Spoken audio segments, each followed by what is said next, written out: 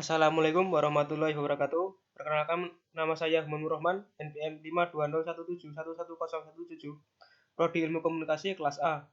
Di sini saya akan menjelaskan hubungan tradisi komunikasi.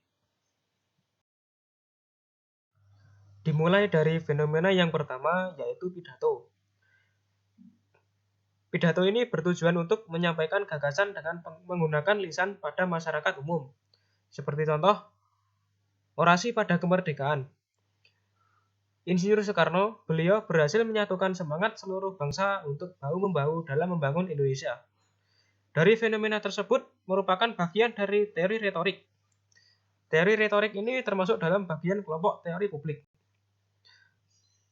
Nah, teori publik ini termasuk dalam cakupan publik. Cakupan publik termasuk dalam bagian tradisi retoris. Dan tradisi retoris ini memiliki 3 cakupan, yaitu ada cakupan publik, cakupan interpersonal, dan yang terakhir yaitu cakupan massa. Lanjut fenomena yang kedua, yaitu iklan sabun cuci. Ketika kita membeli sabun cuci, maka kita akan mendapatkan satu souvenir, yaitu gelas atau piring cantik. Maka seseorang yang mendengar berita tersebut maka akan membelinya. Dari fenomena ini merupakan teori dari kultivasi. Dari teori kultivasi ini untuk mengetahui efek media terhadap khalayak atau semua pendengar. Teori kultivasi ini termasuk dalam bagian dari kelompok teori media. Teori media ini termasuk dalam cakupan massa. Teori massa ini merupakan bagian dari tradisi semiotika. Tradisi semiotika ini memiliki 3 cakupan, yaitu cakupan budaya, cakupan interpersonal, dan cakupan massa. Selanjutnya, fenomena yang satu ini adalah hubungan seseorang. Ketika kita bertemu dengan seseorang yang belum kita kenal, maka kita akan mengungkapkan diri kita secara umum. Dan ketika kita nyaman dengan orang tersebut, maka kita akan mengungkapkan diri kita secara luas atau lebih dalam lagi. Mungkin bisa bercerita, dan lain-lain. Nah, dari fenomena ini merupakan bagian dari teori penetrasi sosial.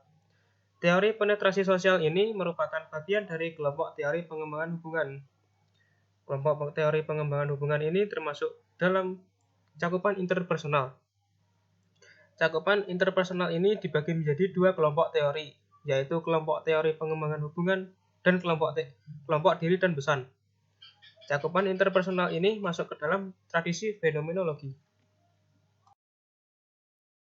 Lanjut fenomena yang keempat adalah reportase tentang utang negara.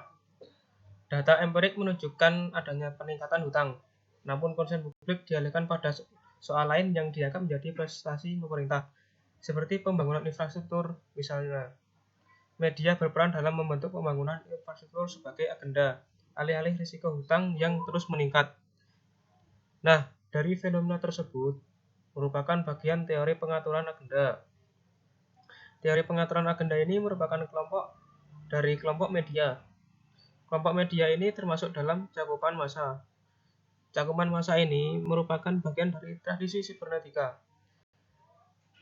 Tradisi sibernetika ini mempunyai 3 cakupan, yaitu organisasi, massa, dan publik. Fenomena selanjutnya perbedaan budaya. Ketika orang Batak datang ke Jogja, di kota Jogja tersendiri terkenal berbagai macam budaya, terutama pada bahasa. Di Jogja terkenal dengan bahasa yang halus dan sopan, beda dengan di Medan, terkenal memiliki logat yang kasar. Maka orang Batak pun kalau berbicara dengan orang Jogja harus bisa menyesuaikan dengan bahasa yang halus dan sopan. Fenomena ini masuk dalam teori akomodasi komunikasi, di mana kita bisa menyesuaikan perilaku komunikasi terhadap orang lain. Teori akomodasi ini masuk ke dalam kelompok teori budaya. Teori budaya ini masuk ke dalam cakupan budaya. Cakupan budaya ini masuk ke dalam tradisi sosiokultural. Dalam tradisi sosiokultural ini memiliki 3 cakupan, yaitu budaya, kelompok kecil, dan interpersonal. Selanjutnya, fenomena kesetaraan gender. Untuk seorang laki-laki itu tidak hanya bekerja di luar rumah, tapi laki-laki itu bisa harus bekerja di dalam rumah, seperti menyapu, mengepel, mencuci, dan lain-lain. Dan tidak seorang laki-laki, perempuan juga tidak hanya bekerja di dalam rumah, tapi perempuan itu bisa bekerja di dalam rumah seperti kantor, dan lain-lain. Nah, fenomena ini termasuk dalam teori sudut pandang feminis. Dari teori tersebut, bagian dari kelompok teori budaya. Teori budaya termasuk ke dalam cakupan budaya. Dari cakupan budaya ini termasuk dalam teori tradisi kritis. Tradisi kritis memiliki 6 cakupan, yaitu interpersonal, kelompok kecil, budaya, publik, organisasi, dan massa. Selanjutnya, fenomena yang terakhir adalah membaca pesan orang dengan simbol. Ketika seseorang diajak ke tempat wisata, lalu seseorang tersebut mengacungkan jari jempolnya, dan dapat dipersepsikan dia siap menerima ajakan tersebut. Fenomena tersebut merupakan teori manajemen makna dan terkoordinasi. Teori manajemen makna terkoordinasi ini di mana seseorang memberikan makna dalam bentuk simbol. Teori manajemen makna ini merupakan kelompok teori diri dan pesan. Kelompok teori diri dan pesan merupakan cakupan dari interpersonal.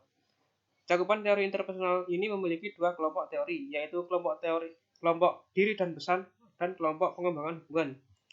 Cakupan interpersonal ini termasuk ke dalam bagian dari tradisi sosiopsikologi. Tradisi sosiopsikologi ini memiliki dua cakupan, yaitu cakupan interpersonal dan cakupan kelompok kecil. Cakupan kelompok kecil ini memiliki kelompok teori, yaitu pengembangan hubungan. Cukup sekian penjelasan mengenai 7 tradisi cakupan komunikasi. Kurang lebihnya saya mohon maaf. Sekian. Assalamualaikum warahmatullahi wabarakatuh.